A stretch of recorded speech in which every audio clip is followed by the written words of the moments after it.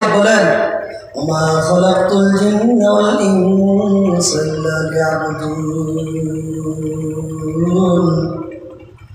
এ দুনিয়ার বান্দা বান্দি, দুনিয়া থাকা অবস্থায় আমি রব্বুল আলামিনের গোলামি কর। আমি রব্বুল আলামিনের যদি গোলামি করো তাহলে আমি রব্বুল আলামিন তোমাকে পুরস্কার দেব 10টি। তার 3 নম্বর পুরস্কার হলো কাল কিয়ামতের দিন আল্লাহ রাব্বুল আলামিন আপনার আমলনামা ডান হাতে দান করবেন। সুবহানাল্লাহ।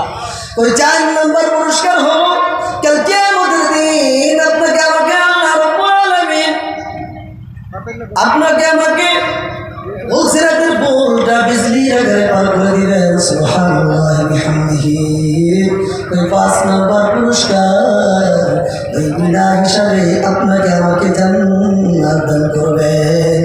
আমার ভাই, আমার বন্ধুগণ, আমার মা, আমার বোন, ও পর্দানিশী মা, ও পর্দানিশী বোন, মন চাই জিন্দেগিকে পরিহার করে দেন। এই দুনিয়ার থাকা অবস্থায় একটু কষ্ট করেন। আমার রব্বুল আলামিন আপনার জন্যে এত সুন্দর করে জান্নাত নাজ নিয়ামত সুন্দর করে বাড়ি করে সাজিয়ে রাখছে। ওই জান্নাতের মালিক যদি হতে চাও তাহলে এই দুনিয়ার থাকা অবস্থায় একটু কষ্ট করতে হবে। কথা বলেন ঠিক কিনা? এই জন্য যথাযথ সময় আমরা নামাজ আদায় করবো তো ইনশাআল্লাহ। আল্লাহর